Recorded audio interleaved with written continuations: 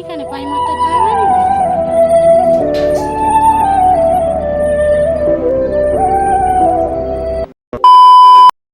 Hello friends, good morning. সকলে কেমন আছো? আশা করি ভালো আছো, আর আমি আছি খুব ভালো। তোমাদের সুস্থতা কামনা করে আমি সঞ্চিতা আমার নতুন আর একটা ভিডিও তোমাদের সকলকে অনেক অনেক স্বাগত জানাই। আজকে কি বার ভুলে গেছি, আজকে সরি শুক্রবার। শুক্রবার চলো সারাদিন কি করি না করি সবটাই তোমাদের সাথে শেয়ার করব। আর তোমাদের দাদাভাই এসেছে মানে বুঝতেই পারছো ব্লগগুলো আমার কিন্তু দিতে একটু দেরি হচ্ছে, কারণ এডিট করার মেন সময় পাচ্ছি না। আর প্রচুর ব্যস্ত প্রচুর ব্যস্ত। আর এর আগের দিনে ছিল আমাদের রথ, সেই ব্লগটা অবশ্যই আগে পাবে, তারপরে ব্লগটা পাবে। মানে এত পরিমাণ ব্যস্ত, আর বাইরে ঘোরা, বাড়ির কাজ, ছেলের এক্সাম চলছে। যাই হোক, আজকে হলে ছেলের এক্সাম শেষ হবে আর কি, মানে সমস্ত কিছুগুলোই শেষ হবে, শুধু ওই যে এগুলো হয় গান খেলা এগুলো আছে, এগুলো শুধু বাকি থাকবে, তারপরে সমস্তটাই শেষ হবে। মানে সব কিছু নিয়েই মানে এতটা পরিমাণ ব্যস্ত ধারণার বাইরে। আর সে তার সাথে এত গরম। যাই হোক, সারাদিন কী করি না করি সবটাই শেয়ার করব। আর তোমাদের দাদাভাইও এখন বোধহয় মুড়ি খেতে বসেছে, কী করছে না করছে সবটাই যে তোমাদের সাথে শেয়ার করছি। আর আজকে মানে কি বলবো, একটা ব্লগটা দেখে মানে টাইটেলটা দেখেও হয়তো বুঝতে পারবে, আমার স্বপ্নের রাজপ্রাসাদ, কষ্টের রাজপ্রাসাদ কমপ্লিট হতে চলেছে।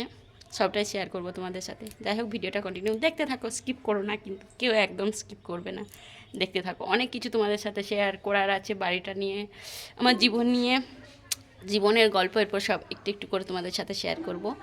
আর মানে অনেক কিছুই শেয়ার করা আছে, কতটা পরিমাণ কষ্ট করেছি, তারপরে এই বাড়িটা বানানো হয়েছে, কি হয়েছে না হয়েছে সব। এরপরে যে ধীরে ধীরে একটা একটা করে ব্লগ আসবে, প্রত্যেকটা তোমরা দেখতে থাকো। চলো ভিডিওটা দেখতে থাকো। তোমাদেরকে বললামই তো, তোমাদের দাদাভাই মুড়ি খাচ্ছে, দেখি গিয়ে কী করছে। আর তোমাদের দাদাভাই যখন কোনো কিছু খায় তখন কিন্তু আমার কিন্তু এসে খেতে ইচ্ছে করে তার হাতে।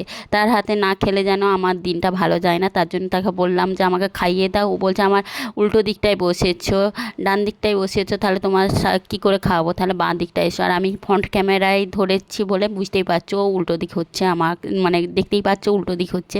দিয়ে আমি ওর বাঁ দিকটায় সরিয়ে গেলাম, দিয়ে তারপর ও আমাকে খাইয়ে দিল। আর প্রত্যেক দিনের সত্যি কথা বলতে কি, ওর হাতে না খেলে কিন্তু খুব একটা আমার ভালো লাগে না যতদিন বাড়িতে থাকে। তারপর এখানে দেখো সবাই মিলে বসে পড়েছে সবজি কাটতে। সবাই মিলে বলতে ননদই কাটছিল সবজিগুলো, আর এইদিকে দিদিমা বসে আছে। আর রথেতে বললামই তো সবাই এসেছিল আত্মীয় স্বজন। তাহলে যে যেমন আছে, ননদ আছে, দিদিমা আছে, আর মাসিমণি আছে। আর আমার বাবা একবার এসেছিল দেখা করতে, আর আমার দিদি জামাইবাবু বোনপোও এসেছিল। তারা রথ দেখে বিকালবেলাতেই চলে গেছে, তারা রাত্রেবেলা থাকেনি। আর এদিকে সকালবেলাতে মা নিয়েছিল শামুক, শামুক নিয়েছিল। আর এদিকে মাসিমণি ছাড়াতে বসেছে ছিঁচে। আর আমরা কিন্তু এই সব শামুক খাই, অনেকে হয়তো খায় না, অনেকে গুগলিও বলে, কিন্তু অনেকে পছন্দ করে না, কিন্তু আমাদের ভালো লাগে, আমরা খাই। তা খাবার জিনিস খাই, তাতে কিন্তু কোনো সমস্যা নাই। আর এদিকে দেখো তারপরে স্বপ্নের বাড়ি, কষ্টের বাড়ি কমপ্লিট হতে চলেছে। 10 বছর 11 বছর ধরে প্রচুর প্রচুর কষ্ট করেছি, তবে এই বাড়িটা আজ তৈরি হয়েছে। তোমাদের দাদাভাই, শ্বশুরমশাই, শাশুড়ি মা, আমি সবাই মিলে প্রচুর কষ্ট করেছি, তারপরে কিন্তু বাড়িটা তৈরি হয়েছে। আর সমস্ত কিছু নিজের শখ স্বাদ সমস্ত কিছু বিসর্জন দিয়েছি, অনেক কিছু শখ স্বাদ বিসর্জন দিয়েছি। একটা মেয়ে শ্বশুর বাড়িতে আসে স্বামীর সাথে থাকার জন্য, সংসার করার জন্য, সেখান থেকে স্বামীর সাথে বছরে 65 দিনটাও কাটাতে পারি না, কাছে যাওয়া তো দূরের কথা। সেই দিক থেকে অনেক কষ্ট করেছি।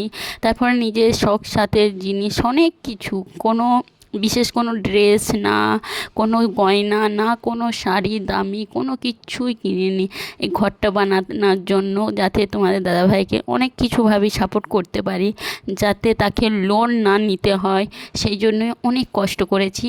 আর আজকে পরে সেটা কমপ্লিট হতে চলেছে। দেখো সত্যি কথা বলতে, যখন ভয়েসটা দিচ্ছি পুরানো কথাগুলো যখন মনের মধ্যে উকি মারছে না, অটোমেটিক গলার স্বর অন্যরকম হয়ে যাচ্ছে।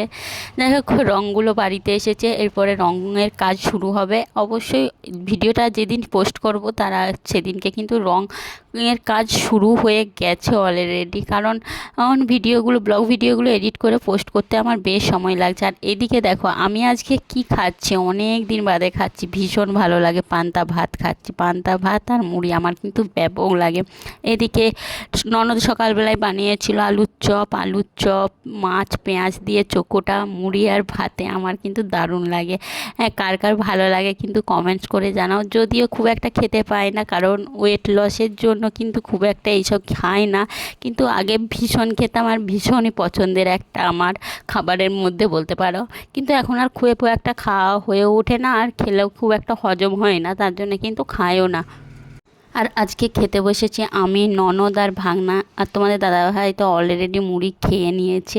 আর ওরা ওইদিকে সবাই মিলে রান্না করছিল, আর আমি আজকে রান্নাশালে যাইনি, রান্নার জাস্ট জোগাড় করে দিয়েছিলাম। এদিকে বাটনা বাটার থেকে শুরু করে যা ধোয়া ধুই যা জোগাড় করার আর কি করে দিয়েছিলাম। তো আমি আজকে আর রান্নাশালে যাইনি, ননদ আর মা মিলে কিন্তু না রান্না করেছিল। আজকে আমার বলেই দিয়েছিলাম আমার কিন্তু রান্না করতে ইচ্ছা করছিল না, তার জন্য কিন্তু ওরা সবাই মিলেই রান্না করেছে, আর আমি কিন্তু রান্না করিনি। যাই হোক, তারপরে দেখো দুপুরবেলায় বসে পড়েছি ছেলের জন্য ডাব ছাড়াতে। ছেলের জন্য বলতে এর আগের দিনে তোমাদের যে দাদাভাই ঠাকুর নিয়ে এসেছিলো, তার জন্য বাড়িতে ডাব এনেছিলাম যে যদি খাই বাড়িতে এসে, কিন্তু ওইখানে মন্দিরে দিয়েছিল বলে আর খাইনি। আর এইটা কিন্তু ছেলে খাবে বলে তার জন্যই নিয়েছে। দিয়ে বলছে মা আমি খাবো। খুব একটা নারকলের জল পছন্দ করে না, ডাবের জল বা নারকলের জল, তবু কি মন গেল ইচ্ছা করলো খেতে, তার জন্যে কিন্তু বলো দেখ, বলে দে আমাদের বাড়িতে রং হবে কেমন, সব জিনিস এসছে। কে রং করবে? বাপি রং করবে, মিস্ত্রি রং করবে। কে পয়সা দিবে?